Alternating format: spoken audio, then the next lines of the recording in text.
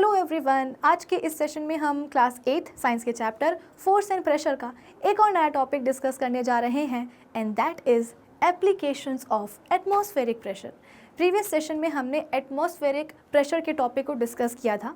मैंने आपको समझाया था कि अर्थ के पास उसका खुद का अपना एक पर्सनल एटमॉस्फेयर होता है। भाई अर्थ सरफेस के ऊपर एक लेयर होती है एयर की, और इसी लेयर ऑफ एयर को हम क्या बोलते हैं? अर्थ का एटमॉस्फेयर बोलते हैं। अर्थ का ये एटमॉस्फेयर अर्थ के सरफेस के ऊपर या उसके सरफेस पे रखे गए हर एक ऑब्जेक्ट के ऊपर प्रेशर एक्सर्ट करता है अपने वजन के कारण। तो क्योंकि ये प्रेशर एक्सर्ट किया गया है एटमॉस्फेयर के द्वारा, इसीलिए इस प्रेशर को बोला जाता है एटमॉस्फेरिक प्रेशर। ये पूरी कहानी हमने पढ़ी थी अपने प्रीवियस सेशन में, और आज के इस सेशन में हम डिस्कस करने वाले हैं कुछ एप्लीकेशंस को। एप्लीकेशंस जो कि होती हैं एटमॉस्फेरिक प्रेशर की, जिसको कि हम अपनी एवरीडे लाइफ में ऑब्जर्व करते हैं। सो आई होप आज की सेशन का जो टारगेट है वो सभी बच्चों को है एकदम क्लियर। तो एक काम करते हैं, जल्दी से आज की सेशन को हम स्टार्ट कर लेते हैं। So this is Vibhuti Khare, welcome to Magnet Brains, जहाँ पे आपको सभी चैप्टर्स के वीडियो लेक्चर्स मिलते हैं बिल्कुल फ्री ऑफ कॉस्ट। यानी कि मैग्नेट ब्रेन्स में आपको 2 चैप्टर्स पढ़ने के बाद किसी भी तरह से पेमेंट करने की या पैकेज परचेज करने की रिक्वायरमेंट बिल्कुल भी नहीं है, क्योंकि मैग्नेट ब्रेन्स आप सब तक पहुँचा रहा है क्वालिटी एजुकेशन बिल्कुल फ्री ऑफ कॉस्ट। तो इसी अच्छी बात से हम स्टार्ट कर लेते हैं आज का हमारा ये सेशन, जहाँ पे हम बात करेंगे applications of atmospheric pressure in everyday life की। तो यहाँ पे क्या लिखा गया है? We use many simple devices in our everyday life which work on the existence of atmospheric pressure। भाई प्रीवियस सेशन में मैंने आपको बताया था कि इस समय भी हमारे ऊपर क्या लग रहा है? एटमॉस्फेरिक प्रेशर लग रहा है। आपके ऊपर भी लग रहा है, मेरे ऊपर भी लग रहा है, सबके ऊपर लग रहा है, और ये काफ़ी ज़्यादा है एटमॉस्फेरिक प्रेशर। लेकिन फिर भी हम इस एटमॉस्फेरिक प्रेशर को रियलाइज़ नहीं करते हैं, इसको हम एक्सपीरियंस नहीं कर पाते हैं। क्यों नहीं कर पाते हैं? क्योंकि हमारी बॉडी के अंदर क्या है? ब्लड है। ये ब्लड कहाँ फ्लो होता है? ब्लड वेसल्स में। तो ये ब्लड क्या करता है? ब्लड वेसल्स की वॉल के ऊपर एक प्रेशर एक्सर्ट करता है, जिसे हम क्या बोलते हैं? ब्लड प्रेशर बोलते हैं। तो हमारी बॉडी के ऊपर लगने वाला जो एटमॉस्फेरिक प्रेशर है, उसको अपोज करने के लिए या उसको बैलेंस करने के लिए हमारी बॉडी के अंदर क्या होता है? ब्लड प्रेशर होता है। तो इसीलिए चाहे हमारे ऊपर कितना भी क्यों ना एटमॉस्फेरिक प्रेशर लग रहा हो, हम उस एटमॉस्फेरिक प्रेशर को फील नहीं कर पाते हैं, उसको रियलाइज़ नहीं कर पाते हैं, एक्सपीरियंस नहीं कर पाते हैं। तो यहाँ पे क्या बोला गया है कि हम अपनी एवरीडे लाइफ में कई सारे ऐसे सिंपल टूल्स या डिवाइसेस यूज़ करते हैं जो कि किस पे काम करते हैं, किस प्रिंसिपल पे काम करते हैं कि भाई एटमॉस्फेरिक प्रेशर क्या करता है? एग्जिस्ट करता है। तो एटमॉस्फेरिक प्रेशर के एग्जिस्टेंस के प्रिंसिपल के ऊपर ही कुछ डिवाइसेस, कुछ टूल्स काम करते हैं, जिनको कि हम अपनी एवरीडे लाइफ में यूज़ करते हैं। कौन कौन से हैं? चलो देखते हैं। For example the devices such as drinking straw, a syringe, a dropper and a rubber sucker work on the existence of atmospheric principle और एयर प्रेशर अराउंड अस। हमारे आसपास जो एटमॉस्फेरिक प्रेशर है, या आप बोल सकते हो कि प्रेशर किसके कारण? एयर के कारण। तो इस एटमॉस्फेरिक प्रेशर के एग्जिस्टेंस के ऊपर ही जो है ना, ये कुछ हमारे सिंपल डिवाइसेस काम करते हैं। कौन है ये सिंपल डिवाइसेस? तो drinking straw, syringe, dropper and a rubber sucker. तो एक काम करते हैं, हम हर एक डिवाइस को जो है ना थोड़ा सा डिटेल में समझ ही लेते हैं कि वो कैसे काम करता है एग्जैक्टली। चलो, तो शुरुआत हम करते हैं ड्रिंकिंग स्ट्रॉ के साथ। ड्रिंकिंग स्ट्रॉ के साथ एक्चुअली होता क्या है? अगर मैं आपको एक डायग्राम से समझाने की कोशिश करूं कि सपोज़ हमारे पास क्या है, ये एक ग्लास है, ठीक है, और इस ग्लास में हमने पानी भर के रखा हुआ है। इस ग्लास में हमने पानी भर के रखा हुआ है। अब इस पानी में हम क्या करने वाले हैं? एक स्ट्रॉ डालने वाले हैं। तो ये क्या डाल दिया हमने? एक स्ट्रॉ डाल दिया है, कुछ इस तरीके से, ठीक है। तो हमारे पास सिंपल एक ग्लास है, उसमें हमने पानी भरा हुआ था, या कोई भी आप बोल सकते हो कि आपने एक लिक्विड चूज़ किया है, वो लिक्विड आपने इस ग्लास में भर के रखा हुआ है। अब आपने इस ग्लास के अंदर क्या डाल दिया है? स्ट्रॉ डाल दिया है, ठीक है। स्ट्रॉ का एक एंड डाल दिया है, दूसरा एंड अभी भी बाहर ही है। तो हम सबको पता है कि भाई स्ट्रॉ कैसा होता है? खाली होता है ना। तो जैसे ही वो इस आप बोल सकते हो कि ग्लास के अंदर जाएगा, तो ग्लास के अंदर जो भी लिक्विड भरा होगा, एग्जाम्पल के लिए हम यहाँ पे पानी ले रहे हैं, तो ग्लास के अंदर जो भी पानी भरा होगा, वो पानी ऑब्वियस सी बात है कहाँ चला जाएगा? इस स्ट्रॉ के अंदर चला जाएगा। कहाँ जाएगा? स्ट्रॉ के अंदर चला जाएगा। लेकिन कहाँ तक जाएगा? जाएगा वो इस लेवल तक। भाई सीधी सी बात है, आपके ग्लास में जो पानी है वो किस लेवल तक है, इस लेवल तक है। तो जब आप इस ग्लास में स्ट्रॉ रखोगे तो स्ट्रॉ में भी जो पानी है ना वो इस ही लेवल तक, या आप बोल सकते हो कि ऑलमोस्ट सेम लेवल पे जाकर के स्ट्रॉ में फिल हो जाएगा। ऐसा नहीं है कि आपने जो है ना ग्लास में स्ट्रॉ को रखा है और स्ट्रॉ में जो पानी है वो इतना बढ़ गया कि पानी जो है ना स्ट्रॉ के इस लेवल तक आ गया है। ऐसा नहीं होगा। पानी आपके ग्लास में जिस लेवल तक होगा ऑलमोस्ट उसी लेवल तक पानी जो है स्ट्रॉ के अंदर भी घुस जाएगा, क्योंकि ऑब्वियस सी बात है, पानी वो जो हमारे पास स्ट्रॉ है वो कैसा है, खाली है ना, उसमें आप बोल सकते हो कि अभी एयर भरी हुई है ना। खाली मतलब क्या, एज इन खाली मतलब का ये है कि अभी उस स्ट्रॉ में पानी नहीं है। लेकिन हाँ, हमारी जो सराउंडिंग एयर होती है ना, इसकी तो टेंडेंसी यही है कि जहाँ इसको कहीं भी जगह मिलेगी वहाँ जा कर के ये बैठ जाएगी। आपको याद होगा प्रीवियस सेशन में मैंने आपको एग्जांपल दिया था कि हम अभी फ्लाइट में जो है ना ट्रैवल कर रहे हैं, हम एरोप्लेन में जो है ना ट्रैवल कर रहे हैं, तो हमको जो है ना एक पानी की बोतल ला करके दी है और उस पानी की बोतल से हमने पानी पी लिया। पूरा नहीं पिया था पानी, थोड़ा सा ही पिया था। तो वो जो थोड़े से पानी की जो जगह खाली हो गई थी बॉटल में, उस बॉटल में एरोप्लेन की जो एयर है ना वो आकर के भर जाती है। तो एयर का तो काम ही होता है कि जहाँ जगह मिली वहाँ पे जाकर के वो बैठ जाएगी। आपके पास स्पंज होता है, स्पंज उसको दबाने से उसका जो शेप है वो चेंज हो जाता है, वो दब जाता है। दबता क्यों है? क्योंकि स्पंज में हम बोलते हैं कि बहुत ही टाइनी माइन्यूट होल्स प्रेजेंट होते हैं, छेद प्रेजेंट होते हैं, और जहाँ छेद मिला वहाँ पे जाकर के एयर बैठ जाती है। तो स्पंज में जो छोटे छोटे से माइन्यूट और फाइन होल्स प्रेजेंट होते हैं, उन होल्स में एयर जाकर के बैठ जाती है। अब ऐसा नहीं है कि एयर जो है ना थोड़ी सी ढीठ है कि अगर गई है तो फिर वो वापस नहीं निकलेगी, बिल्कुल निकल जाती है। जैसे ही हम स्पंज को दबाते हैं, उसके ऊपर फोर्स लगाते हैं, होल्स में भरी हुई जो एयर है ना वो बाहर निकल आती है। बाहर निकल आएगी मतलब क्या कि आसानी से हमारा जो अब स्पंज है वो दब जाएगा। उसके जो होल्स हैं, भाई होल्स दब क्यों नहीं रहे थे पहले? क्योंकि उसमें एयर थी, है ना। जब आपने स्पंज में प्रेशर नहीं लगाया था, जब आपने स्पंज को नहीं दबाया था, उस समय उसके होल्स कोलैप्स क्यों नहीं हो रहे थे? क्योंकि उन होल्स में एयर भरी थी। लेकिन जैसे ही आपने फोर्स लगाया, जो एयर है वो बाहर निकल करके आ गई। अब जो होल्स होंगे वो दब जाएंगे, कोलैप्स हो जाएंगे, तो आपका जो स्पंज है वो कंप्रेस हो जाएगा। तो एयर की टेंडेंसी होती है कि उसको जहाँ जगह मिलेगी वो वहाँ पे जाकर के बैठ जाएगी। अब यहाँ पे हुआ क्या कि इस स्ट्रॉ के अंदर, स्ट्रॉ कैसा था? खाली था। तो उस खाली स्ट्रॉ के अंदर क्या भरी हुई है? एयर भरी हुई है। क्या है?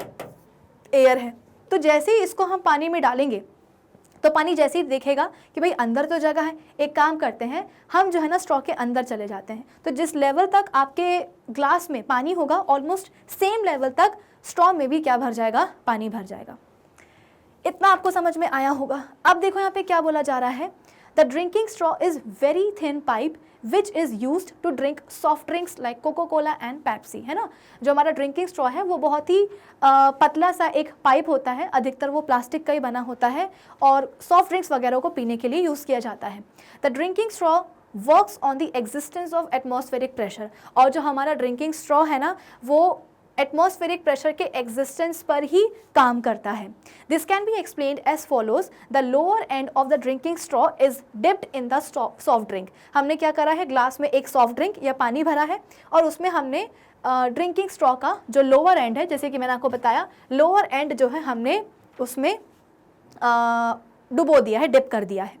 When we suck the upper end of the straw with our mouth, the pressure of air inside the straw and in our mouth is reduced. अब क्या हुआ कि जैसे ही हमने इस दूसरे एंड से, भाई आपने केवल एक ही एंड स्ट्रॉ का पानी में डुबो करके रखा था, जो दूसरा एंड है वो तो बाहर ही था। अब जैसे ही आप इस दूसरे एंड से क्या करोगे, एयर को सक करोगे। आप जो है ना, सीधी सी बात है, जो आपने पानी भर के रखा हुआ है ग्लास में, उसको आप स्ट्रॉ से पीना चाह रहे हो। कैसे पीना चाह रहे हो? आप दूसरे एंड से पानी को सक करने की कोशिश करोगे। तो इससे पहले कि पानी आपके पूरे इस स्ट्रॉ में जो है ना चढ़ करके आपके माउथ तक जाए, इसके पहले जब आप सक कर रहे हो स्ट्रॉ को, तो सक करने के टाइम पे इस स्ट्रॉ के अंदर जो एयर भरी होगी ना, वो एयर कहाँ चली जाएगी? आपके माउथ में चली जाएगी, और माउथ से फिर कहाँ चली जाएगी? आपके लंग्स में चली जाएगी। आई बात आपको समझ में कि एयर ऑलरेडी इस स्ट्रॉ में थी, यहाँ तक पानी भर गया था, लेकिन हाँ उसके ऊपर जो खाली जगह है वहाँ पे तो एयर थी। तो जैसे ही आप दूसरे एंड से पानी को सक करने की कोशिश करोगे, तो सक करने के पहले, इसके पहले कि मुंह में आपके पानी आए, इस स्ट्रॉ के अंदर जो एयर भरी होगी वो पहले आ जाएगी आपके मुंह में, और मुंह से फिर वो कहाँ चली जाएगी, लंग्स में चली जाएगी। तो आपने देखा होगा जब भी हम सक करते हैं तो हमारा जो मुंह का शेप है ना वो ऐसा हो जाता है। क्यों हो जाता है? क्योंकि हमारे मुंह की जो एयर है वो क्या हो गई है, कम हो गई है। तो हमारे जो गाल है ना वो अपने आप ऐसे पिचक जाते हैं। तो एयर कहाँ चली गई, आपके लंग्स में चली गई। इसका मतलब क्या कि पाइप और आपका माउथ दोनों में क्या हो गया है, एयर कम हो गई है। देखो यहाँ पे यही चीज लिखी गई है कि when we suck the upper end of the straw with our mouth, the pressure of air inside the straw and in our mouth is reduced। भाई हवा कम हो जाएगी स्ट्रॉ में और आपके माउथ में, तो एयर जो प्रेशर एक्सर्ट करती है वो प्रेशर भी तो कम हो ही जाएगा ना। तो कुल मिलाकर के स्ट्रॉ और आपके माउथ में जो एयर प्रेशर है वो क्या होने वाला है, कम होने वाला है। आई बात समझ में? फिर यहाँ पे क्या बोला गया, but the pressure acting on the surface of the soft drink is equal to the atmospheric pressure. अब देखो हुआ क्या, ये जो मैंने आपको पहले चीज समझाई थी ना कि ग्लास है उसमें पानी भरा हुआ और उसमें हमने क्या करा है, एक स्ट्रॉ जो है ना हमने उसमें उसके अंदर डिप करवा दिया है। इस समय एटमॉस्फेरिक प्रेशर के बारे में हम क्या बताते हैं कि भाई हमारे सराउंडिंग की जो एयर होती है ये क्या करती है, लगातार अर्थ सरफेस के ऊपर या अर्थ के ऊपर रखे हुए हर एक ऑब्जेक्ट के ऊपर क्या करती है, एक प्रेशर लगाती है। लगाती कि नहीं लगाती है? तो यहाँ पे हम बोल रहे हैं कि इस समय भी पानी का जो सरफेस है वहाँ पे क्या लग रहा है, लिक्विड का जो सरफेस है वहाँ पे क्या लग रहा है, एयर प्रेशर लग ही रहा है। क्या लग रहा है, एयर प्रेशर लग ही रहा है। To be more specific, atmospheric pressure लग ही रहा है। इस ग्लास के अंदर जो पानी भरा हुआ है ना, उस पानी के सरफेस पे अभी एटमॉस्फेरिक प्रेशर लग ही रहा है। सेम एटमॉस्फेरिक प्रेशर कहाँ लग रहा है, इस पाइप के अंदर इस लेवल तक जो पानी भरा हुआ है ना, उस पानी के ऊपर भी एटमॉस्फेरिक प्रेशर लग रहा है। ग्लास के अंदर जो पानी है उसके सरफेस के ऊपर एटमॉस्फेरिक प्रेशर लग रहा है। स्ट्रॉ के अंदर जो पानी है इस लेवल तक, उस पानी के ऊपर भी एटमॉस्फेरिक लग रहा है प्रेशर। और दोनों ही एटमॉस्फेरिक प्रेशर कैसे हैं, बराबर बराबर हैं। यानी कि यहाँ पे जो भी एटमॉस्फेरिक प्रेशर लग रहा होगा वो यहाँ पे लगने वाले एटमॉस्फेरिक प्रेशर के बराबर होगा। अब क्या हुआ, अब जब आपने अपने माउथ से चीज़ों को, एयर को सक करने की कोशिश करी तो अब स्ट्रॉ की जो एयर है वो गायब। और अगर एयर गायब तो एयर प्रेशर भी क्या हो जाएगा, गायब हो जाएगा। यानी कि एयर प्रेशर वैक्यूम जनरेट नहीं होने वाला है कि आपने जो है ना सक करके सक्शन से पूरा का पूरा जो है ना एयर ही उड़ा दी है। एयर आपने कम कर दी है, एयर प्रेशर रिड्यूस हो गया, वैक्यूम आपने क्रिएट नहीं किया यहाँ पे, ठीक है। तो एयर प्रेशर यहाँ पे बहुत कम हो गया, लेकिन पानी के सरफेस के ऊपर तो अभी भी एयर प्रेशर या एटमॉस्फेरिक प्रेशर लग ही रहा है ना। तो यहाँ पे एयर प्रेशर कैसा हो गया, कम हो गया। यहाँ पे एयर प्रेशर कैसा हो गया, ज़्यादा हो गया। तो ये जो ज़्यादा एयर प्रेशर है ना, एटमॉस्फेरिक प्रेशर, ये पानी को बोलेगा कि चलो तुम निकलो यहाँ से। और ये जो पानी है ना, ये हाई एयर प्रेशर के कारण कहाँ चढ़ जाएगा, पूरे पाइप में चढ़ जाएगा। तो ये आपने स्ट्रॉ में जो पानी को सक किया है, स्ट्रॉ से पानी को जो सक किया है वो कैसे किया है कि सबसे पहले तो आपने स्ट्रॉ के अंदर जो एयर फिल है उस एयर को आपने कम किया। ये एयर आपने अपने मुंह में ली, मुंह से कहाँ चली गई, लंग्स में चली गई, जिसके कारण पाइप और आपका मुंह दोनों में ही क्या हो गई है, एयर कम हो गई है। मतलब स्ट्रॉ और मुंह दोनों में ही एयर कम हो गई है, एयर प्रेशर कम हो गया है। लेकिन इस ग्लास में जो लिक्विड भरा हुआ है, जो पानी भरा हुआ है, उसके सरफेस पे अभी भी एयर प्रेशर, एटमॉस्फेरिक प्रेशर लग ही रहा है। तो स्ट्रॉ के अंदर एयर प्रेशर कम और पानी के सरफेस पे एयर प्रेशर, एटमॉस्फेरिक प्रेशर ज़्यादा। तो ये ज़्यादा एटमॉस्फेरिक प्रेशर क्या करेगा, पानी को धक्का देगा कि तुम जाओ ऊपर। आप खुद ही सोचो, अगर आपको कोई इधर साइड से धक्का दे रहा है तो ऑब्वियस सी बात है आप कहाँ जाना पसंद करोगे, एक ऐसी जगह पे जहाँ पे प्रेशर कैसा होगा, कम होगा। तो पानी के साथ भी तो ये कंडीशन हो रही है कि पानी की सरफेस के ऊपर एयर प्रेशर बहुत ज़्यादा लग रहा है। तो पानी क्या सोचेगा, मैं तो उस जगह जाऊँगा जहाँ पे प्रेशर कम होगा। प्रेशर कम कहाँ है, स्ट्रॉ के अंदर है, तो पानी जो है स्ट्रॉ के अंदर चढ़ जाएगा। तो जो पानी चढ़ रहा है ना स्ट्रॉ के अंदर, जो लिक्विड चढ़ रहा है ऊपर स्ट्रॉ के अंदर, वो क्यों चढ़ रहा है, क्योंकि जो सरफेस पे लगने वाला जो एटमॉस्फेरिक प्रेशर है ना वो बहुत ज़्यादा है। तो ये हाई एटमॉस्फेरिक प्रेशर क्या करेगा, पानी को धक्का मार करके उसको पुश करके अंदर, पाइप के अंदर, स्ट्रॉ के अंदर चढ़ा देगा। क्लियर है? चलो अब यहाँ पे क्या लिखा गया है कि but the pressure acting on the surface of the soft drink is equal to atmospheric pressure. जैसे कि मैंने आपको बताया कि यहाँ पे हमारे पास जो सॉफ्ट ड्रिंक है या आप कोई भी लिक्विड ले सकते हो, लिक्विड पे के सरफेस पे लगने वाला जो प्रेशर है वो किसके बराबर है, एटमॉस्फेरिक प्रेशर के बराबर है। और स्ट्रॉ के अंदर देखो प्रेशर कैसा है, एटमॉस्फेरिक प्रेशर से कम है। भाई जैसे कि मैंने आपने बोला कि आपने सक तो करा है, स्ट्रॉ की एयर को, लेकिन ऐसे शक नहीं किया है कि अंदर जो है ना वैक्यूम ही बन गया है। एयर डेफिनेटली कम हुई है, तो ऑब्वियसली बात है एयर प्रेशर भी कम हो जाएगा। एयर प्रेशर कितना कम होगा, तो एटमॉस्फेरिक प्रेशर से कम होगा। और पानी या लिक्विड के सरफेस के ऊपर जो प्रेशर है वो किसके बराबर है, एटमॉस्फेरिक प्रेशर के बराबर है। So the greater atmospheric pressure acting on the surface of the soft drink pushes the soft drink up to the straw into our mouth.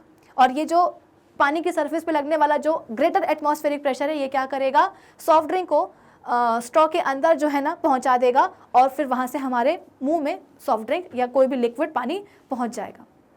तो आई होप इतना आप सबको क्लियर हो गया होगा कि जब हमारे पास एक वेसल होता है, हमारे पास एक कंटेनर होता है, उसमें हम लिक्विड डालते हैं, पानी डालते हैं, फिर इसके बाद में उसमें हम स्ट्रॉ डाल देते हैं, तो स्ट्रॉ में थोड़ी बहुत जगह खाली होती है, तो पानी जो है ना जिस लेवल पे आप बोल सकते हो कि लिक्विड है ग्लास में, उसी लेवल तक, ऑलमोस्ट उसी लेवल तक स्ट्रॉ में भी पानी आ जाता है। लेकिन पूरे स्ट्रॉ में पानी कब आता है, जब आप दूसरे एंड से सक करते हो। तो सक करने के लिए आप क्या करोगे, सबसे पहले तो स्ट्रॉ के अंदर जो एयर भरी होगी ना, उसको आप खींचोगे, अपने लंग्स में लेकर के जाओगे, तो मुंह और आप बोल सकते हो कि स्ट्रॉ दोनों में ही एयर कम हो गई है, यानी कि एयर प्रेशर कम हो गया है। अब लिक्विड के सरफेस पे लगने वाला जो एयर प्रेशर है वो एटमॉस्फेरिक प्रेशर के बराबर है, यानी कि लिक्विड के सरफेस पे क्या लग रहा है, एयर प्रेशर ज़्यादा लग रहा है। एयर प्रेशर कम कहाँ है, स्ट्रॉ के अंदर है।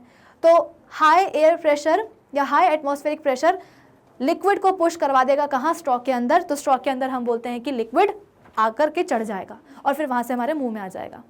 इतना क्लियर है। चलिए फिर इसके बाद में, ये तो पहला अपना वो हुआ, क्या बोल सकते हैं उसको, डिवाइस, कि उसकी वर्किंग प्रिंसिपल क्या है, कैसे वो काम करता है। अब हम दूसरे डिवाइस की बात करते हैं जिसको हम क्या बोलते हैं, सिरिंज बोलते हैं। इसका भी काम तो सेम ही है। अ ग्लास ट्यूब और अ प्लास्टिक ट्यूब, जो सिरिंज है हमारी वो ग्लास ट्यूब या प्लास्टिक ट्यूब दोनों की बनी होती है, जिसका जो नोजल है with a nozzle and a piston for sucking in and ejecting liquid in a thin stream is called a syringe. Syringe आपने देखी होगी ना, जिससे सुई लगती है। तो सुई तो हम बोल रहे हैं कि नीडल है, लेकिन नीडल जिस आप बोल सकते हो कि ऑब्जेक्ट से, या नीडल हम बोलते हैं कि जिस स्ट्रक्चर से जुड़ी होती है, उसे हम क्या बोलते हैं, सिरिंज बोलते हैं। तो ये सिरिंज प्लास्टिक की होती है और आप बोल सकते हो कि ग्लास की भी बनी हो सकती है ना। तो सिरिंज मतलब क्या, वही अपना नॉर्मल इंजेक्शन। तो आपने देखा होगा इंजेक्शन में क्या होता है, एक पिस्टन होता है, पिस्टन से ही हम क्या करते हैं, जो भी सिरिंज के अंदर लिक्विड भरा है उसको हम धक्का दे देते हैं, अंदर पुश कर देते हैं, जिसके कारण जो लिक्विड है वो इस आप बोल सकते हो कि सिरिंज का ये जो दूसरा वाला एंड है, जो इसका नोजल है, इससे बाहर निकल के आ जाता है ना। तो ये चीज़ बहुत ही कॉमन है, आप सबने देखी होगी। चलिए अब इसके बाद में यहाँ पे क्या बोला जा रहा है, तो अ ग्लास ट्यूब और a plastic tube with a nozzle and a piston for sucking in and ejecting liquid in a thin stream is called a syringe. A syringe may also be fitted with a hollow needle for giving injections, वही वाला। The syringe works on the existence of atmospheric pressure. Syringe भी हम बोलते हैं कि atmospheric pressure के existence पे ही जो है ना काम करती है। कैसे काम करती है, when the nozzle of a syringe is dipped in a liquid and it's piston is withdrawn, the pressure inside the syringe is lowered. क्या होता है कि आपके पास अगेन एक कंटेनर है, इसमें आपने कुछ लिक्विड भर के रखा है। अब आप ये चाहते हो कि जो ये लिक्विड है ये कहाँ आ जाए, सिरिंज के अंदर भर जाए, सिरिंज के अंदर फिल हो जाए। तो क्या करोगे, इस सिरिंज का जो नोजल है ना, सिरिंज का जो नोजल है उसको आप जो भी लिक्विड है उसमें थोड़ा सा डिप करवा दोगे। सिरिंज का जो नोजल है उसको आप लिक्विड के अंदर डिप करा दोगे। इसके बाद में इस सिरिंज का जो पिस्टन है उसको आप ऐसे पकड़ करके खींचोगे, उसको आप क्या करोगे, पकड़ करके खींचोगे। तो जिस समय आप सिरिंज के पिस्टन को विड्रॉ करते हो, विड्रॉ करने का मतलब क्या, निकालना है ना। विड्रॉ का मतलब क्या होता है, निकालना। तो सिरिंज के अंदर जो पिस्टन है वो आप पकड़ करके जब खींचते हो ना, तो खींचने का मतलब क्या है कि आप उसके पिस्टन को सिरिंज से विड्रॉ करवा रहे हो, उससे बाहर निकाल रहे हो। ऑल्दो आप पूरा का पूरा उसको बाहर नहीं निकालते हो, लेकिन हाँ ऐसा लगता है कि अगर हमने और जोर लगा दिया तो पूरा का पूरा जो पिस्टन है ना वो सिरिंज के बाहर ही निकल के आ जाएगा। तो डेफिनेटली आप कर क्या रहे हो, आपने सिरिंज के नोजल को पानी में डिप कराया, इसके बाद में उसका जो पिस्टन है उसको आपने पकड़ करके खींचा, आप क्या कर रहे हो, पिस्टन को सिरिंज से विड्रॉ कर रहे हो। तो इस विड्रॉल की प्रोसेस में क्या होता है, सिरिंज के अंदर जो एयर प्रेजेंट होती है वो क्या हो जाती है, वो कम हो जाती है। और अगर एयर कम हो गई इसका मतलब क्या, सिरिंज के अंदर एयर प्रेशर क्या हो जाएगा, कम हो जाएगा। आई बात समझ में। जैसे आप उसको पकड़ करके खींचोगे, या एक काम करो, अगर आपके घर में सिरिंज हो, जिसमें नीडल ना लगी हो, बिना नीडल वाली अगर आपके घर में सिरिंज हो ना, तो आप इससे एक अपने घर में जो है ना एक्टिविटी कर सकते हो। आप अपने किसी फैमिली मेम्बर को हेल्प लो और उनसे बोलो कि सबसे पहले तो उस नीडल, उस सिरिंज की जो नोज़ल है, उस नोज़ल को आप जो है ना अपने पाम पर रखो, बिल्कुल कुछ इस तरीके से, जैसे कि इस पेन की टिप मेरे पाम को टच कर रही है, वैसे ही सिरिंज की जो नोज़ल है वो आपके पाम को टच करनी चाहिए, ऐसे। फिर आप अपने फैमिली मेम्बर से बोलो कि अब इस सिरिंज का जो पिस्टन है ना, उसको आप खींचो ऊपर की तरफ, उसको आप विड्रॉ करो। तो जैसे ही पिस्टन को विड्रॉ किया जाएगा, आपके हाथ में ना ऐसा लगेगा कि जो सिरिंज है वो आपकी पाम की, आपके हाथ की स्किन को अपनी तरफ खींच रही है। क्यों खींच रही है? क्योंकि जिस समय आप पिस्टन को विड्रॉ करते हो, पिस्टन को आप खींचते हो ना, तो सिरिंज के अंदर की जो एयर है वो क्या हो जाती है? रिड्यूस हो जाती है। और इतनी रिड्यूस हो जाती है कि सिरिंज के अंदर एयर प्रेशर क्या हो जाता है? कम हो जाता है। लेकिन जिस लिक्विड में आपने सिरिंज की नोजल को डिप करके रखा है, उस लिक्विड के सरफेस पे जो एयर प्रेशर लग रहा है वो किसके बराबर है? एटमॉस्फेरिक प्रेशर के ही बराबर है। जैसा कि हमने अभी स्ट्रॉ वाला केस देखा था, वैसे ही हमारे पास क्या है? सिरिंज वाला केस है कि सिरिंज के नोजल को जैसे ही आप लिक्विड में डिप करोगे और उसके पिस्टन को खींचोगे, तो सिरिंज के अंदर तो एयर प्रेशर कम हो जाएगा, लेकिन जिस लिक्विड में आपने ये क्या नाम है इसका, सिरिंज को आपने जिस लिक्विड में डिप किया है, उस लिक्विड के सरफेस पे एटमॉस्फेरिक प्रेशर लग ही रहा है। तो सिरिंज के अंदर एयर प्रेशर कम, जिस लिक्विड में आपने सिरिंज को डिप किया है, उस लिक्विड के सरफेस पे एयर प्रेशर कैसा है? ज़्यादा है। कितना ज़्यादा है? तो एटमॉस्फेरिक प्रेशर के बराबर है।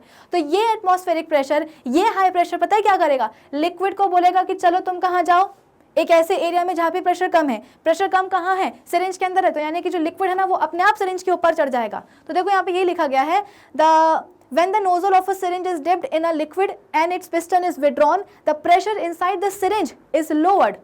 सिरिंज के अंदर का जो प्रेशर होगा वो कम हो जाएगा। The greater atmospheric pressure acting on the surface of the liquid pushes the liquid into the syringe. अब into the syringe, यानी कि लिक्विड के सरफेस के ऊपर जो एयर प्रेशर लग रहा है वो किसके बराबर है? एटमॉस्फेरिक प्रेशर के बराबर है। तो ये ग्रेटर एटमॉस्फेरिक प्रेशर, देखो यहाँ पे बकायदा आपको मैंने डायग्राम से समझाने की कोशिश कर रही है कि लिक्विड के सरफेस के ऊपर क्या लग रहा है? एटमॉस्फेरिक प्रेशर लग रहा है, और ये एटमॉस्फेरिक प्रेशर बहुत ज़्यादा है। तो ये ग्रेटर एटमॉस्फेरिक प्रेशर क्या करेगा? इस लिक्विड को धक्का दे देगा कि तुम जाओ सिरिंज के अंदर, और सिरिंज में लिक्विड भर जाएगी।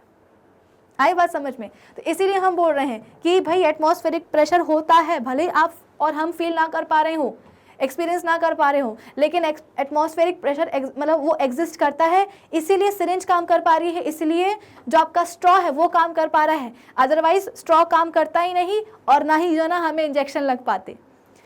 क्लियर है? चलिए अगला हमारे पास क्या है? डिवाइस, इसे हम बोलते हैं ड्रॉपर। ड्रॉपर मतलब क्या? अगर कभी आपने इंक पेन यूज़ किया हो तो आपने देखा होगा इंक पेन को जो है ना उसको, उस इंक पेन के अंदर इंक कैसे डाली जाती है। तो जो इंक पॉट होता है, जो स्याही होती है, उसमें हम इस तरीके का क्या करते हैं? ड्रॉपर डालते हैं। और ड्रॉपर का ये जो बल्ब है इसको हम प्रेस करते हैं। जैसे प्रेस करेंगे और हम बोलते हैं कि इसको रिलीज़ करेंगे, तो जैसे ही इसको रिलीज़ करेंगे जो इंक है इस ड्रॉपर के अंदर भर जाएगी। फिर ड्रॉपर को उठा करके इंक पेन के की जो जहाँ भी जगह होती है इंक डालने की, वहाँ पे लेकर के आएंगे। फिर से इस बल्ब को दबाएंगे तो पूरी की पूरी इंक जो है ना ड्रॉपर से कहाँ निकल आएगी? इंक पेन में आकर के गिर जाएगी। अगर आपने कभी इंक पेन यूज़ किया हो तो आपको ये चीज़ पता होगी। और मैं तो कहती हूँ इंक पेन सबको यूज़ करना चाहिए। इंक पेन को जो है ना यूज़ करने से हैंड राइटिंग बड़ी अच्छी हो जाती है।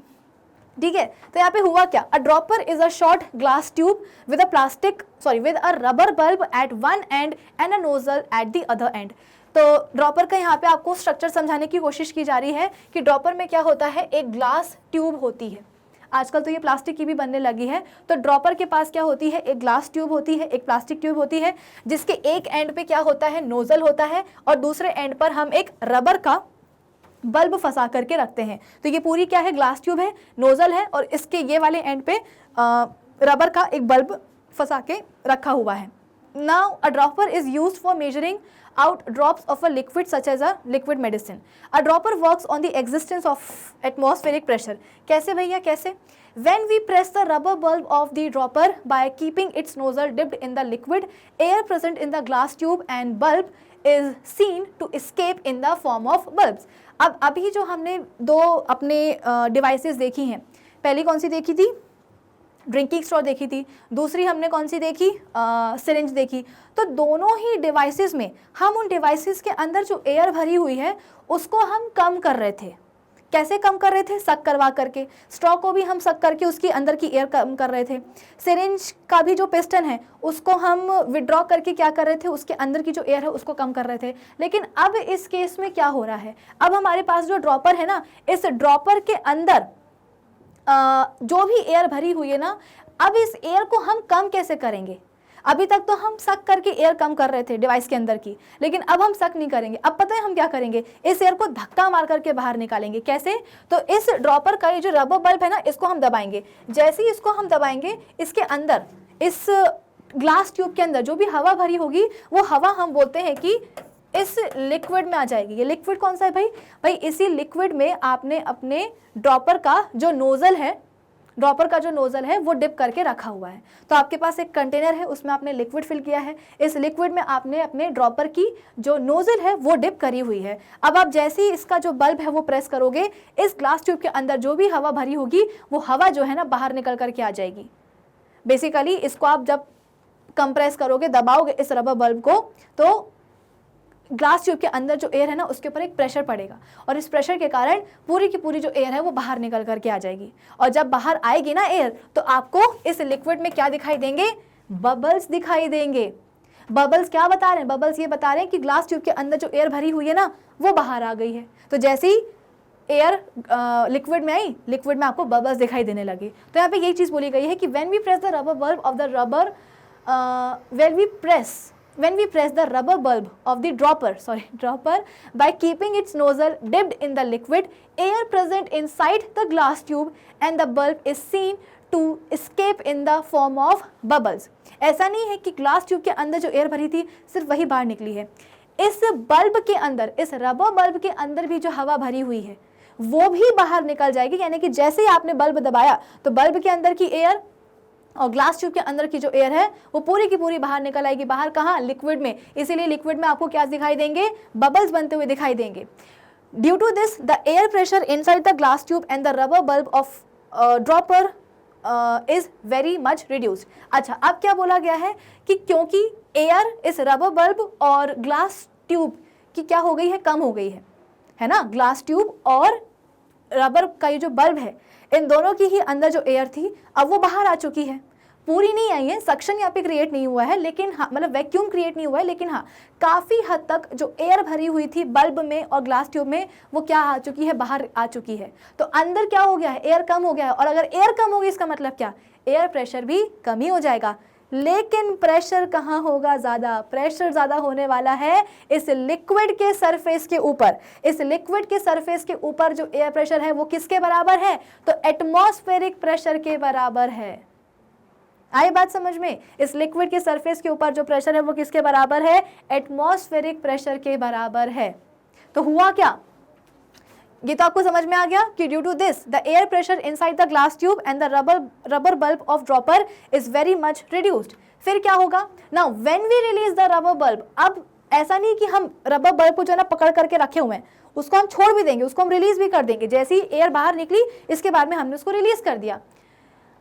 The much greater atmospheric pressure acting on the surface of liquid pushes the liquid up into the dropper tube. तो जैसे सिरिंज और हमारे ड्रिंकिंग स्ट्रॉ में लिक्विड अंदर जा रहा था, ऊपर की तरफ चढ़ रहा था। कैसे चढ़ रहा था, क्योंकि लिक्विड के सरफेस के ऊपर जो हाई एटमॉस्फेरिक प्रेशर है वो लिक्विड को जो है ना सिरिंज और ड्रिंकिंग स्ट्रॉ के अंदर पुश कर रहा था।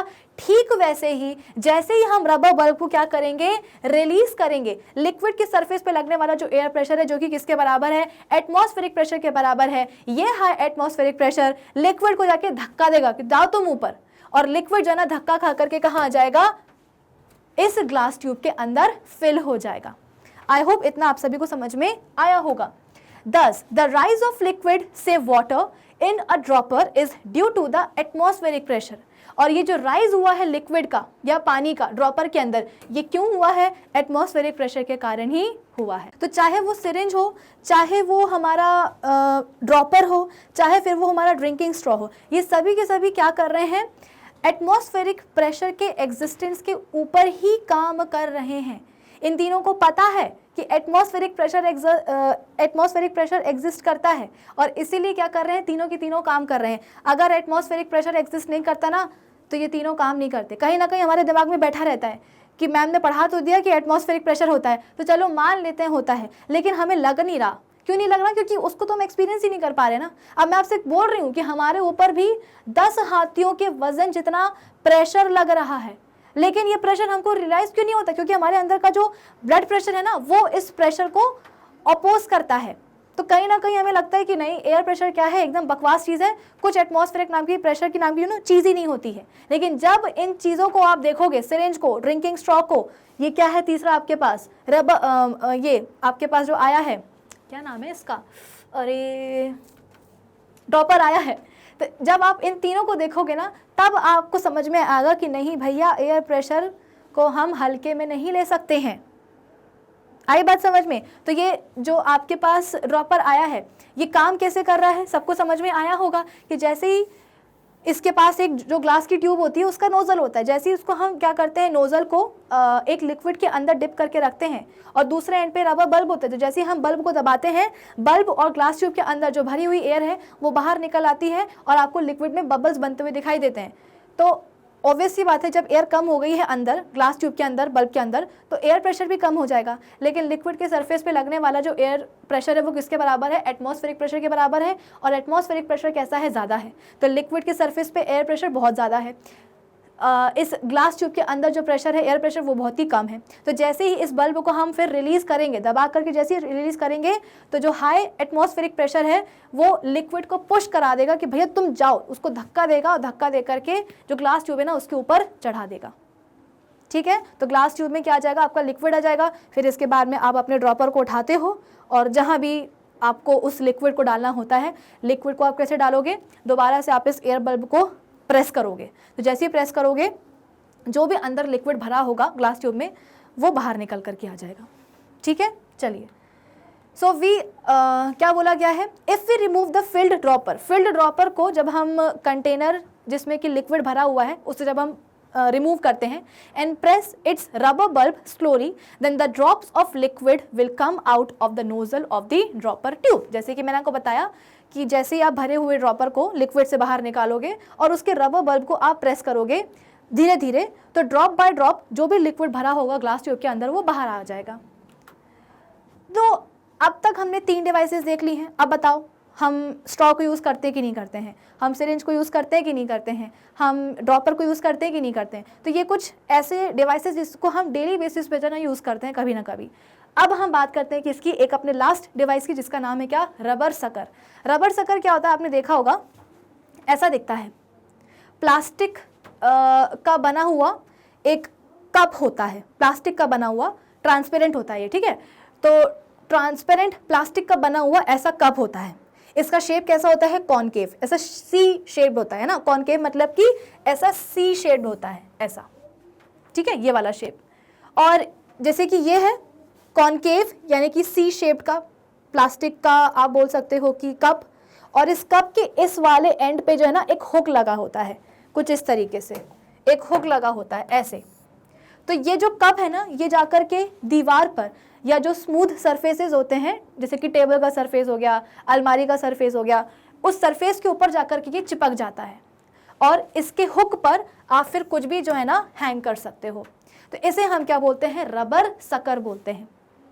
ठीक है, पहले के ज़माने में ये रबर का बनता था, अब आजकल तो जो है ना ये प्लास्टिक का भी बनने लगा है। तो सीधी सी बात है, आप इसको प्लास्टिक सकर बोलो या रबर सकर बोलो। तो इसका स्ट्रक्चर मैं आपको समझा रही हूँ, स्ट्रक्चर को आप ध्यान से समझिएगा क्योंकि फिर स्ट्रक्चर पे ही जो है ना इसका जो वर्किंग है वो डिपेंड करता है कि a rubber sucker is a device made of rubber या plastic that sticks firmly to flat and smooth surfaces on pressing. जैसे ही इस रबर सकर को हम किसी फ्लैट या स्मूथ सरफेस के ऊपर जो है ना प्रेस करते हैं, ये उस पे जाकर के चिपक जाता है, स्मूथ सरफेस पे जाकर के चिपक जाता है। अ rubber sucker looks like a small concave shaped rubber cup. ठीक है, तो ये हम बोलते हैं कि कॉनकेव, कॉनकेव मतलब कि ऐसा सी शेप्ड। ठीक है ना, तो ये कॉनकेव शेप्ड रबर कप की तरह दिखता है। कौन? Rubber sucker. तो सी शेप का ये क्या होता है? प्लास्टिक या रबर का बना हुआ कप होता है, जिसके इस साइड में क्या प्रेजेंट होती है? हुक, जिसमें कि हम कोई भी चीज लटका सकते हैं। और ये जो इसके अंदर वाला जो साइड होगा, यानी कि जो गुफा वाला जो साइड है, केव मतलब को कि आप कैसे ध्यान रख सकते हो, कुछ बच्चों को याद नहीं रहता है कि मैम कॉनकेव क्या होता है। तो कॉनकेव मतलब सी वाला शेप है ना, सी शेप। तो ये देखो केव, केव मतलब क्या? गुफा। तो गुफा कैसी होती है? गहरी होती है ना।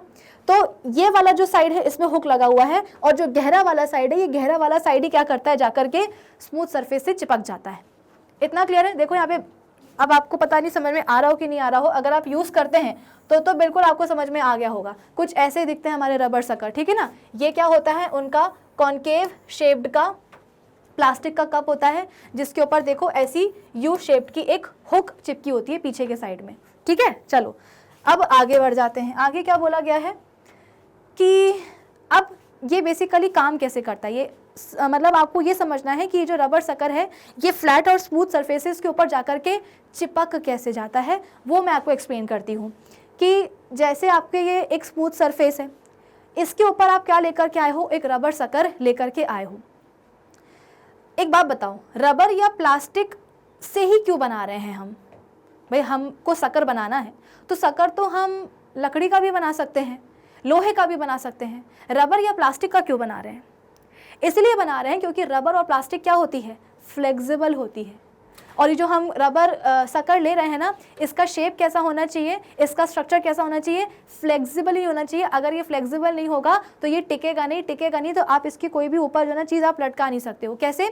तो जैसे ही आपके पास सपोज ये एक स्मूथ या एक फ्लैट सरफेस आया है, आप इसके ऊपर क्या लेकर के आओगे? सकर लेकर के आओगे, और क्या करोगे? सकर को वैसे दबाने की कोशिश करोगे। तो जब आप सकर को कंप्रेस करोगे ना इस वॉल के अगेंस्ट, वो जो सकर है ना वो फ्लैट हो जाएगा। अभी मैंने आपको बताया था कि सकर का शेप कैसा होता है? कॉनकेव होता है ना, सी शेप्ड होता है, कुछ ऐसा होता है सकर का शेप, ऐसा। लेकिन जैसे ही आप इस सकर को वॉल के स्मूथ सरफेस के अगेंस्ट प्रेस करोगे तो इसका जो सी शेप है ना, ये अब सी शेप पता है कैसा हो जाएगा? ये हम बोलते हैं कि ऐसा फ्लैट हो जाएगा। यानी कि पहले ऐसा था, जैसे आपने इसको यहाँ से धक्का दिया ये ऐसा हो गया। आई बात समझ में? इसका शेप ऐसा था, और आप यहाँ सामने क्या थी? दीवार थी। तो आप दीवार के अगेंस्ट क्या कर रहे हो? इसको कंप्रेस कर रहे हो। तो जैसे आप इसको दबाओगे तो ये क्या हो जाएगा? फ्लैट हो जाएगा, ठीक है ना। फ्लैट हो रहा है, इसका फ्लैट होना ज़रूरी है। अगर ये फ्लैट नहीं होगा तो ये जाकर के चिपकेगा नहीं। और आप सभी को पता है कि अगर जो सकर है वो अपने सी शेप से फ्लैट में जा रहा है, तो वो फ्लैट में क्यों जा पा रहा है? क्योंकि वो फ्लेक्सिबल है। लोहा या लकड़ी का बनाओगे तो लोहा या लकड़ी के ऊपर कितना भी जोर लगा लो वो अपना शेप नहीं चेंज करने वाले, वो बहुत कड़क होते हैं। तो क्योंकि आपको फ्लेक्सिबिलिटी चाहिए है, तो फ्लेक्सिबिलिटी के लिए हम सकर रबर या प्लास्टिक का ही यूज़ करते हैं, बनाते हैं, ठीक है। तो जैसे ही आपने यहाँ से क्या करा? इस पर फोर्स लगाया, फोर्स के कारण ये क्या हो गया? फ्लैट हो गया। फ्लैट होने के कारण क्या होगा? इसके अंदर की, ठीक है ना, इसके नीचे, सकर के नीचे जितनी भी एयर होगी ना वो सब क्या होगी? चली जाएगी। मैक्सिमम एयर आप बोल सकते हो कि चली जाएगी। और जाने के बाद क्या होगा? ये जो सकर है ना ये जाकर के चिपक जाएगा किसके ऊपर? दीवार के स्मूथ सरफेस के ऊपर। तो बेसिकली ये सकर ऐसे से फ्लैट क्यों हो रहा है? सी शेप्ड से कर्व क्यों, मतलब सी शेप्ड से फ्लैट क्यों हो रहा है? कर्व से फ्लैट क्यों हो रहा है? क्योंकि वो उसके नीचे की जो एयर है ना उसको हटाना चाहता है। आप खुद ही सोचो, अगर ये शेप ऐसा होगा तो इसमें एयर आकर के फिल हो जाएगी ना। अब अगर ये पिचक जाएगा तो इसके अंदर जो एयर भरी होगी वो चली जाएगी। अब अगर एयर चली जाएगी, एयर कहाँ गई है? किसकी गई है? तो सकर और दीवार के बीच की जो एयर चली गई है, एयर चली गई मतलब क्या? यहाँ पे एयर प्रेशर क्या हो गया है? कम हो गया है। वो जो आपने मैग्डेबर्ग हेमिस्फेयर वाला एक्सपेरिमेंट अगर आपको ध्यान हो तो उसमें हमने क्या सीखा था? अगर दोनों ही हेमिस्फेयर के बीच में एयर है तो दोनों ही हेमिस्फेयर को हम आसानी से सेपरेट कर सकते हैं। क्यों? क्योंकि उनके अंदर की जो एयर है वो हेमिस्फेयर को, उनके अंदर की जो एयर है वो बाहर की तरफ प्रेशर लगाएगी, और बाहर का जो एटमॉस्फेरिक प्रेशर है वो हेमिस्फेयर पे अंदर की तरफ प्रेशर लगाएगा। तो एटमॉस्फेरिक प्रेशर जो लग रहा है हेमिस्फेयर के ऊपर, उस प्रेशर को अपोज करने वाला जो प्रेशर है वो कहाँ है? हेमिस्फेयर के अंदर ही है। कौन लगा रहा है ये प्रेशर? तो हेमिस्फेयर की जो अंदर एयर है वो लगा रही है ना। जैसे ये हमारा हेमिस्फेयर था, तो इसके अंदर की जो एयर है वो यहाँ पे प्रेशर लगा रही है। एटमॉस्फेरिक प्रेशर कहाँ लगा रहा है? यहाँ की तरफ प्रेशर लगा रहा है। तो दोनों ही प्रेशर क्या कर रहे हैं? एक दूसरे को अपोज कर रहे हैं। ऐसे में आप बोल सकते हो कि जो नेट प्रेशर है वो जीरो हो जाएगा। तो ऐसे में जब आप दोनों हेमिस्फेयर को अलग करोगे तो आसानी से ही अलग हो जाएंगे। लेकिन अगर इन हेमिस्फेयर के बीच की एयर हमने हटा दी, यानी कि यहाँ पे वैक्यूम जो है ना क्रिएट कर दिया, तो अब इन दोनों हेमिस्फेयर्स को हम सेपरेट नहीं कर सकते। क्यों नहीं कर सकते? क्योंकि अब दोनों ही हेमिस्फेयर के ऊपर सिर्फ और सिर्फ क्या लग रहा है? एटमॉस्फेरिक प्रेशर लग रहा है। और ये एटमॉस्फेरिक प्रेशर इतना ज़्यादा है कि दोनों ही हेमिस्फेयर एक दूसरे से अलग हो ही नहीं पा रहे हैं।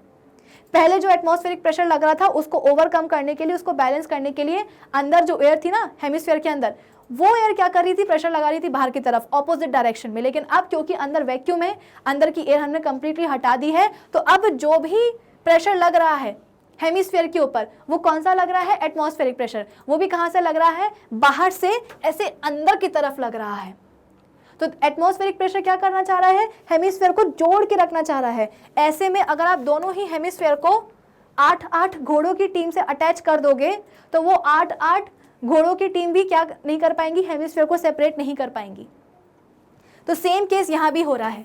यहाँ पे आप बोल सकते हो कि जैसे ही आपने सकर को कर्व से क्या किया है, उसके ऊपर फोर्स लगा करके उसको दबाया है, कंप्रेस किया, उसको फ्लैट किया है, तो उसके अंदर की जो एयर होगी वो क्या हो जाएगी? कई हद तक निकल जाएगी। तो आप बोल सकते हो कि सकर और जो आप बोल सकते हो कि जो दीवार है ना, जो सरफेस है जिसके ऊपर आप सकर को चिपकाना चाह रहे हो, तो उस सरफेस और सकर के बीच में बहुत ही कम एयर रह गई है। ऑब्वियस सी बात है, आप वैक्यूम तो यहाँ पे क्रिएट नहीं कर रहे हो, लेकिन हाँ कई हद तक आप क्या कर रहे हो? एयर को कम कर दे रहे हो। सकर के और सरफेस के बीच की जो एयर है उसको आप कई हद तक कम कर दे रहे हो। तो जितनी कम एयर होगी उतना ही कम क्या होगा? एयर प्रेशर भी होगा। अब हुआ क्या? बाहर का जो एटमॉस्फेरिक प्रेशर है वो इस सकर को क्या कर रहा है? कुछ ऐसे अंदर की तरफ जो है ना धक्का दे रहा है। बाहर का जो एटमॉस्फेरिक प्रेशर है वो सकर को क्या कर रहा है? वॉल के अगेंस्ट कंप्रेस कर रहा है। अब बेचारी जो एयर है कहाँ? सकर के अंदर, वो तो बहुत कम है, इतनी कम है कि वो इतना सफिशिएंट जो है ना प्रेशर नहीं लगा सकती है कि बाहर वाले एयर प्रेशर को वो ओवरकम करे। तो आसानी से जो हमारा सकर है ना वो दीवार पे या सरफेस पे जाकर के चिपक जाता है। क्यों चिपक जाता है? क्योंकि बाहर का जो एटमॉस्फेरिक प्रेशर है वो सकर को दीवार से या सरफेस से चिपका रहा है। अंदर वाली एयर क्योंकि कम हो गई है, एयर प्रेशर हम बोलते हैं कि बहुत ही कम हो गया है, इतना कम हो गया है कि वो एटमॉस्फेरिक प्रेशर को डील नहीं कर पा रहा है। तो एटमॉस्फेरिक प्रेशर क्या कर रही है? अब एटमॉस्फेरिक प्रेशर क्या कर रहा है? अपनी चला रहा है और सकर को बिल्कुल चिपकाया हुआ है सरफेस से। तो क्या कभी सकर सरफेस से नहीं निकल सकता? अरे बिल्कुल निकल सकता है। आप इतना फोर्स लगा दो कि एटमॉस्फेरिक प्रेशर को जो है ना आप ओवरकम कर लो। एटमॉस्फेरिक प्रेशर को अगर आप ओवरकम कर लोगे अपने फोर्स से, तो फिर उस फोर्स से जो सकर है वो निकल जाएगा। आई होप ये सबको समझ में आया हो कि a rubber sucker is also called a suction cup because it sticks to a surface by suction. The production of partial vacuum by the removal of air is called suction, है ना। Rubber sucker को हम suction cup भी बोलते हैं। क्यों बोलते हैं? क्योंकि ये सरफेस से जो है ना जाके चिपकेगा कैसे? सक्शन से। सक्शन क्या होता है? The production of partial vacuum by the removal of air is called suction, यानी कि पार्शियल आपको क्या करना है? वैक्यूम प्रोड्यूस करना है। कैसे? तो एयर को रिमूव करके। When we press the rubber sucker on a flat smooth surface, its concave rubber cup gets flatten, यानी कि चपटा हो जाता है to a large extent by pushing out most of the air from beneath it. उसके अंदर जो भी एयर होगी, उसके नीचे जो भी एयर होगी वो बाहर निकल आती है। Since very little air remains inside the flattened rubber sucker, therefore the air pressure inside the rubber sucker becomes very low and a partial vacuum is created। यानी कि एयर सकर और दीवार के बीच में क्या हो गई? काफ़ी कम हो गई है। तो जो एयर प्रेशर होगा वो भी कैसा हो जाएगा? काफ़ी कम हो जाएगा। The much greater atmospheric pressure acting on the rubber sucker from the outside fixes the rubber sucker firmly on the flat surface। और बाहर से जो एटमॉस्फेरिक प्रेशर लग रहा होगा वो तो कैसा है? वो तो बहुत ज़्यादा है ना। वो क्या करेगा? जो रबर सकर है ना उसको फ्लैट सरफेस से क्या करेगा? फिक्स कर देगा। Thus a rubber sucker stays attached firmly to a flat surface due to the atmospheric pressure. In order to pull away the fixed rubber sucker from a surface, we will have to apply a force which is large enough to overcome the atmospheric pressure holding it onto the surface. Atmospheric pressure ही क्या कर रहा है, शक्कर को चिपका करके रख रहा है। अब अगर हमने इतना फोर्स लगा दिया कि वो एटमॉस्फेरिक प्रेशर से ज़्यादा हो गया तो आराम से जो शक्कर है वो बाहर निकल आएगा, मतलब डिटैच हो जाएगा सरफेस से। Rubber suckers are usually used to hold objects together with the help of suction. For example, rubber suckers are used to hold glass table tops on to the wall frames of tables. Rubber suckers are also used for making suction hooks which are fixed on the walls, doors and almirahs etc. to hold various things. A suction hook is a rubber sucker having a plastic hook attached to it. तो कुल मिलाकर के आज के session में हमने 4 devices देखी हैं और चारों की चारों कौन कौन सी, सिरिंज, रबर सकर, अपना ड्रॉपर और लास्ट अपना ड्रिंकिंग स्ट्रॉ, ये चारों की चारों जो डिवाइसेस हैं ये एटमॉस्फेरिक प्रेशर के एग्जिस्टेंस के ऊपर ही काम करती हैं। आई होप ये सभी डिवाइसेस आपकी समझ में आई होंगी, इनका जो वर्किंग है प्रिंसिपल जो है वो आपको समझ में आया होगा। तो आज के सेशन के लिए बस इतना ही, और आज के इस सेशन में हम अपने चैप्टर को करते हैं फिनिश, यानी कि चैप्टर का जितना भी थ्योरी वाला पार्ट है, जितने भी टॉपिक्स, जितने भी कंसेप्ट्स हैं, उनको हमने फिनिश कर लिया है। अब इस चैप्टर में हमें जो एक्सरसाइज क्वेश्चंस हैं वो सॉल्व करने हैं, जो इंटेक्स्ट एक्टिविटीज़ हैं वो हमने सॉल्व करनी है। बाकी इस चैप्टर में अब एक भी ऐसा टॉपिक नहीं है जो कि हमने कवर ना किया हो। तो भाई आज के सेशन के लिए बस इतना ही। अब हम मिलेंगे अपने नेक्स्ट सेशन में। नेक्स्ट सेशन में हम इस चैप्टर के एक्सरसाइज क्वेश्चंस को डिस्कस करेंगे। तब तक आप क्या करेंगे, आप जाएंगे गूगल के ऊपर, वहाँ पर टाइप करेंगे magnetbrains.com, सर्च करोगे। जैसे ही सर्च करोगे आपके सामने हमारी ऑफिशियल वेबसाइट खुल जाएगी। जैसे आप हमारी ऑफिशियल वेबसाइट विजिट करोगे आपके सामने आएगा ये वाला पेज जहाँ पे लिखा रहेगा India's number 1 100% free online education platform, जहाँ पे आपके पास, अच्छा, इस पेज को जब आप और फर्दर स्क्रॉल करोगे आपके सामने ऑप्शन आएगा एक्सप्लोर टॉप कोर्सेज का, जहाँ पे आपके पास क्लास 12 से लेकर के क्लास किंडरगार्टन तक के सभी कोर्सेज होंगे अवेलेबल। अब सपोज आपको क्लास 8 देखनी है तो आप क्या करोगे, क्लास 8 पे क्लिक करोगे। जैसे ही क्लास 8 पे आप क्लिक करोगे तो आपके पास क्लास 8 के जितने भी सब्जेक्ट्स हैं वो सब यहाँ पे आपको दिखने लगेंगे। अब सपोज आपको क्लास 8 की साइंस देखनी है तो आप यहाँ पे क्लिक करोगे, क्लास 8 साइंस पे क्लिक करोगे। जैसे ही खोलोगे आपके सामने यहाँ पे खुल जाएगा क्या, क्लास 8 साइंस NCERT बाय विभूति खरे। अब यहाँ पे अभी तक हमने क्लास 8 साइंस के जितने भी चैप्टर्स कर लिए हैं या जो भी हम कर रहे हैं, सभी के सभी चैप्टर्स के सभी लेक्चर्स यहाँ पे होंगे अवेलेबल। यूट्यूब पे आपकी जो अक्सर कंप्लेंट होती है कि मैम आपके सब्जेक्ट की प्लेलिस्ट नहीं मिलती भी है तो उसमें वीडियोस का जो सीक्वेंस है वो काफ़ी ऊपर नीचे होता है, तो हम क्या करें समझ में नहीं आता, बहुत कन्फ्यूजन होती है। तो जब आप हमारी ऑफिशियल वेबसाइट विजिट करते हो ना तो ऐसे यहाँ पे आपको कोई भी कन्फ्यूजन नहीं होती है। फॉर एग्जाम्पल यहाँ पे आपको चैप्टर 1 जो है क्रॉप प्रोडक्शन एंड मैनेजमेंट वो देखना है, तो जैसे ही आप इस पर क्लिक करोगे आपके सामने इस चैप्टर का जो पहला लेक्चर होगा वो आपके सामने कुछ इस तरीके से आ जाएगा। ठीक है, तो कुल मिलाकर के जब आप हमारी ऑफिशियल वेबसाइट विजिट करते हो ना तो यहाँ पे आपको सभी चैप्टर्स के सभी वीडियो लेक्चर्स एकदम प्रॉपर्ली सीक्वेंस पे अरेंज मिलते हैं, प्लस यहाँ पे सभी टॉपिक्स के आपको होते हैं नोट्स भी available. So do visit our official website magnetbrains.com. Till then keep learning with Magnet Brains. Thank you for watching.